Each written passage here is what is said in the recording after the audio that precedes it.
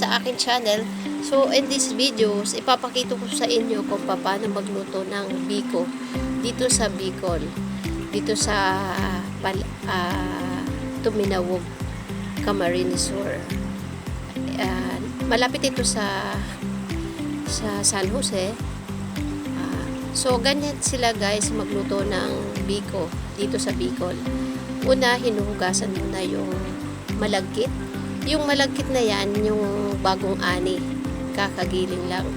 Tapos, so yung nyog, bagong kuha din guys. Ayan, may umaakyat na mama para kunin yung nyog. Sa baba niyan ay mga palayan. So ayan, tapos aalis na nila ng bunot. And binigyan din kami ng nilagang kamote. Napakatamis at ibang-iba ang lasa ng probinsya. Ito, mga pinsan namin na dinalaw namin, binisita namin dito sa Tuminawog. Matagal na namin hindi sila nakikita.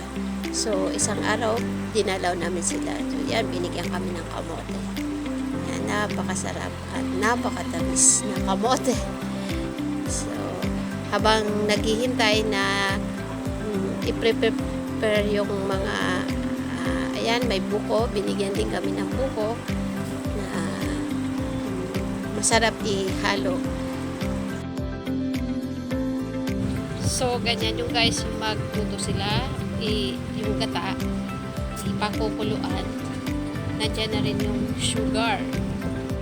Pagka kumulo na yan, nilalagay na niya yung asukal at hihintayin niya yan na kumulo.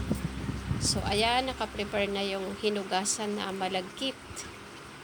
Yan, ilalagay na nila yung ilalagay na yung malagkit dahil kumulo na yung gata na may asukal. So, ayan guys, nung nailagay nila, inin ng konti at ngayon, ilalagay na nila. Meron yung peanuts na dinikdik, kaya ang sarap.